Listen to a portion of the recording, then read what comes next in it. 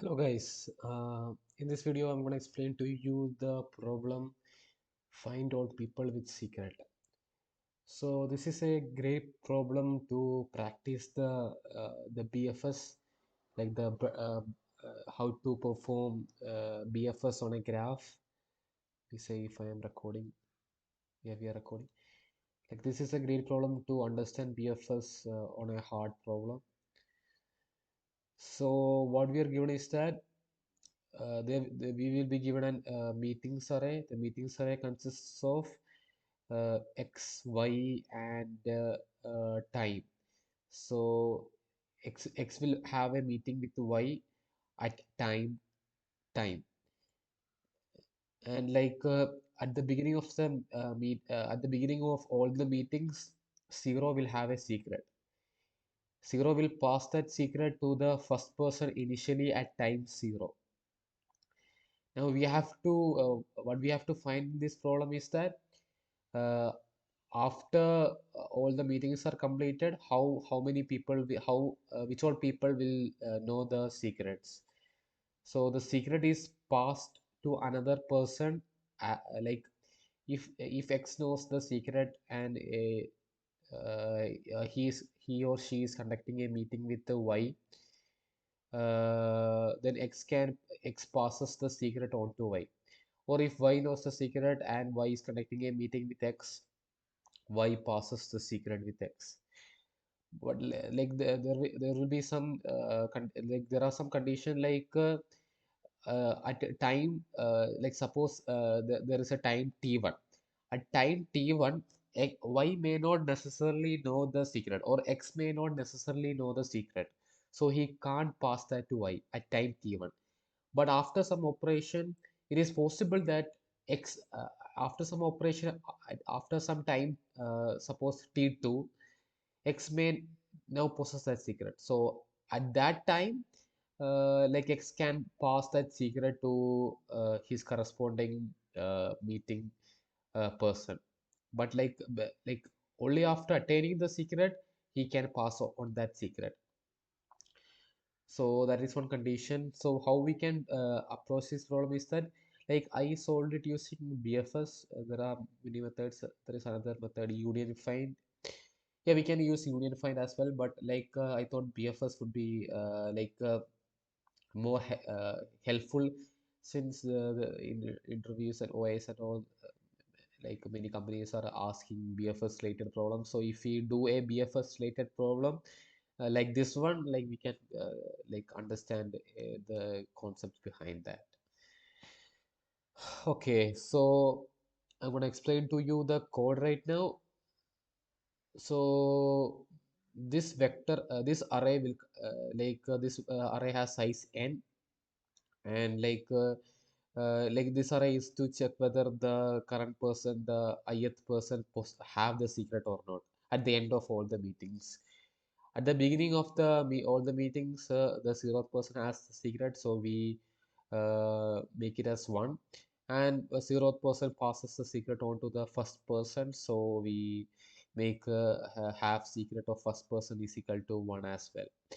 Inside this vector vec, we are gonna store all the persons with the secret at the end. Now I'm gonna create an adjacency list. Yeah, this is an adjacency list. This is usually used for creating a graph. So inside this adjacency list, how I'm gonna store the values is that this is X and this is Y. So X can pass the secret. No, X is conducting a meeting with Y at time T. So I'm also passing the time also into the adjacency list to check for the condition this he can only pass the secret to this person if he if he obtained the secret uh, before this time. Like if this person obtained the secret after this time, after he had conducted the meeting with this person, he cannot pass the secret. So only if this person obtains the secret before the meeting time, he can pass that secret to this person. I did the vice versa as well. This is X passing to X conducting a meeting with Y, and this is Y conducting a meeting with the X. So I created adjacency list, and this is a visited array to check whether we have encountered a node or not. Uh, Initially, I am making first person and zero person as visited. Now I'm gonna create a like we usually we use a queue for BFS. Like here I am using a priority queue, and inside the priority queue we are gonna store a pair of int, and like we will be sorting it in increasing order. So we are adding this extra code. Like we are using a priority queue because we will be inserting meetings one by one into meetings one I will show you. So since zero has have the secret, he can pass that secret to all the persons who are conducting a meeting with him. So we are gonna push those meetings into this priority queue. And like we are using a priority queue because we want to sort the meetings according to their time. We want to sort it according to the increasing order of time. So since zero have the secret, we are gonna push all the meetings that zero contacts into the priority queue. And since the first person also have the secret, we are also going to push all the secrets that the first person contacts into the priority queue. And like we are gonna set have secret, like the a dot second will contain the value of the person who zero is conducting a meeting with. So he will have the secret right now. So I set it to one. And similarly, we will set the have secret a dot second is equal to one as well here. Now we are gonna run the BFS over here while queue not empty. This is the priority queue while queue not empty. So we are obtaining the node. Like the node will be the second the second value inside the element that we are considering. The time will be the first value in the element that we are considering. And now since we have visited this node, we will set the visitor as one. We'll pop that node off. Now since this person have the secret, uh, we will set the all the persons who are conducting a meeting with this person to have a secret as well. So this person have the secret.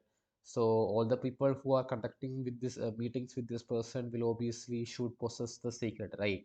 So we are iterating through all the meetings that this node conducts, and we will check whether the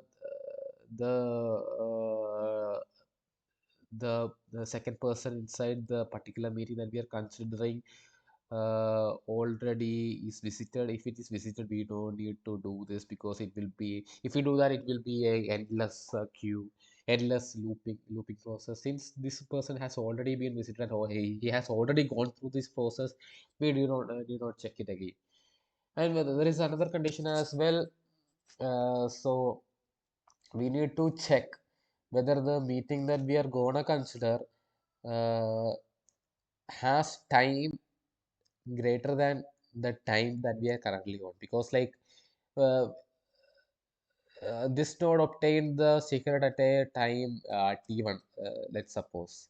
So this node can only pass the secrets to the other nodes such that the meetings are conducted at a time greater than or equal to the time at which this node obtain the secret. So this node cannot pass the secret before obtaining the secret, right? So this node can only pass the secret to those people who are conducting a meeting with this node after the time which it has obtained the secret. So that's why we are checking whether that the time at which the future meeting is going to be held is greater than the time that we have conducted this, that we have received the secret. If that is the case, we will push that into the queue and we will set half secret of a dot second is equal to 1. And at the end, we will push the people who have the secret into the vector and we will return the vector. This code will pass. This has already passed. But the time complexity is little bit higher, yes. But so since this only passing meeting only 8.14% of the users, the unified solution is much faster than this. So like I will try to make a video on unified as well.